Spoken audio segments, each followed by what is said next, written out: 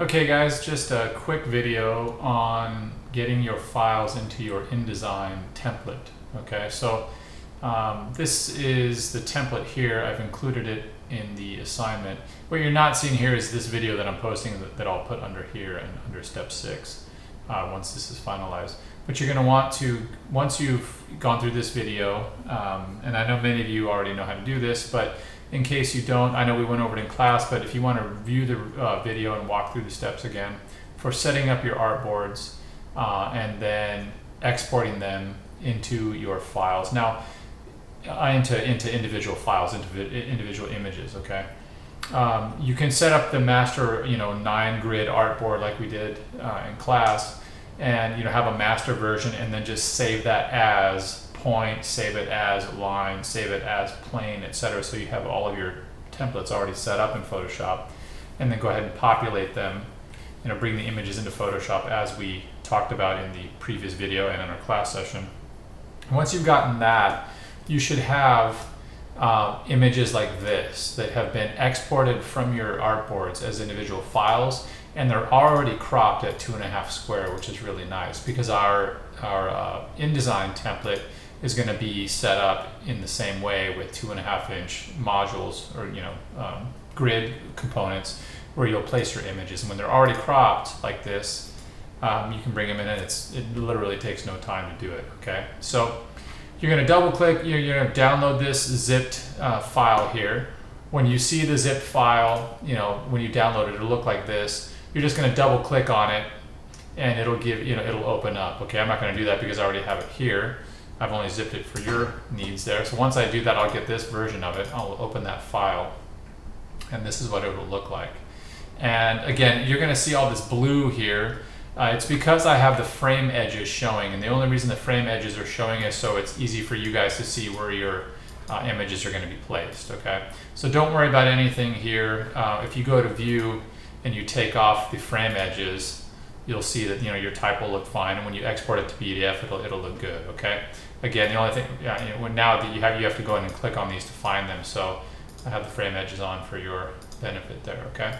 So the first thing you're going to do is, if you saved your images properly, from your Photoshop file, the cool thing is your cropped images will come out in order of your, if you set up, you exported them from your artboards correctly, they'll be in order of your artboard. If you set up your artboard and you got it all dialed in Photoshop, once you export these images, they're going to be sequentially organized and, to wherever you save them.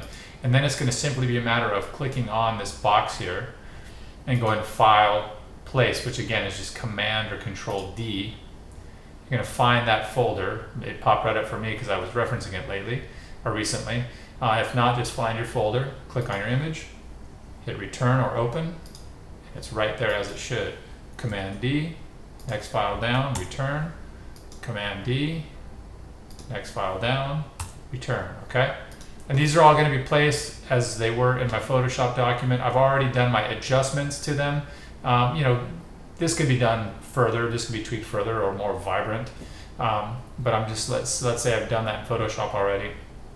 You'll be pretty much set. So you can see it once you have all the front end work done, this back end set up in the template. If all your files are organized well and everything has been prepared on the front end very well, this stage here is super fast and easy. Okay. Now, again, like I've said before, you could argue that there are quicker ways to do this, in say Google Docs, or you can set it up in another program. The reason why we're trying to get used to this idea, this workflow of going between Photoshop and something like InDesign, is because that's a real world scenario. You're not going to send something to print, for example, from a Google Doc necessarily if it's a serious print job. It's going to probably be from InDesign or something like that, okay? So now I have my grids set up here. I'm going to hide those frame edges. This is essentially what it'll look like, okay?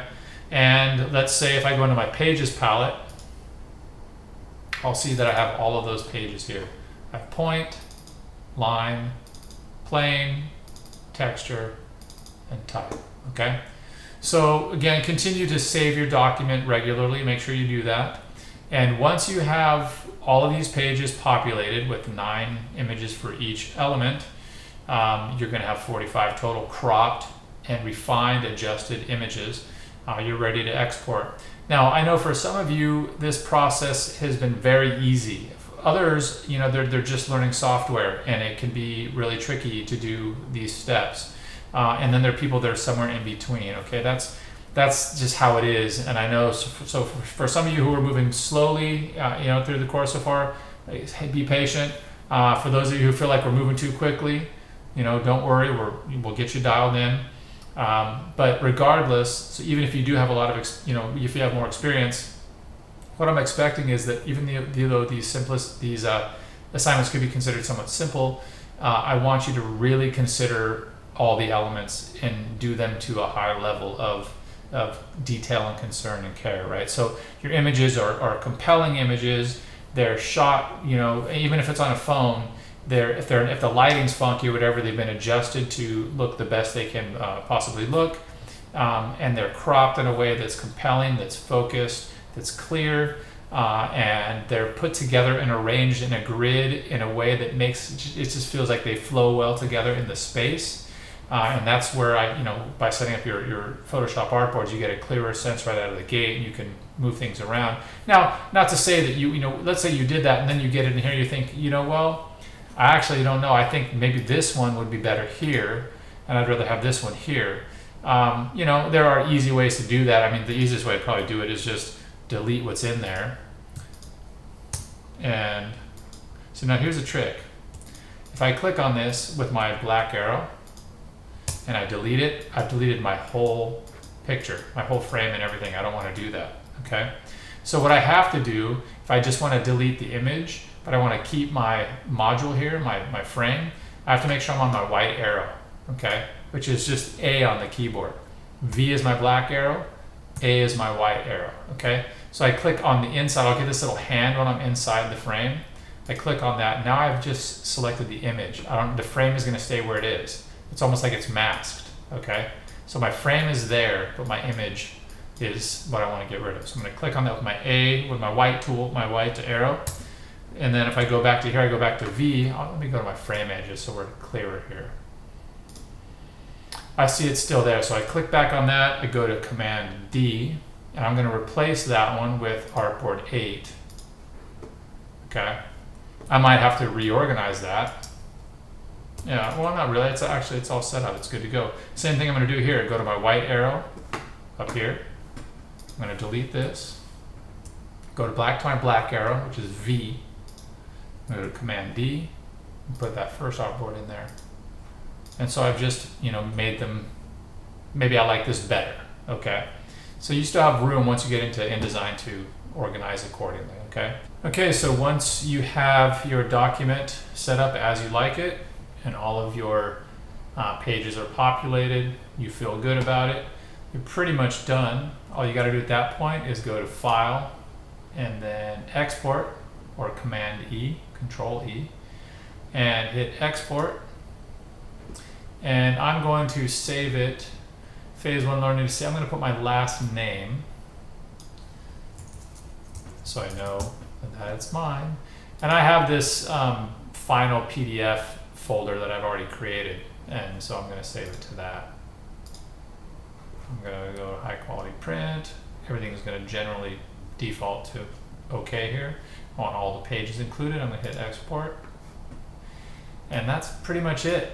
I'm done. So when I go into that file, I will see that my template, now granted these would be populated pages if we were all done, but all of these will be set up with my 9-unit grid. All of them would be dialed, and this is what I'm submitting. You just submit this file right into Canvas and you're good to go. Okay? Any questions, let me know, and we'll see you in class.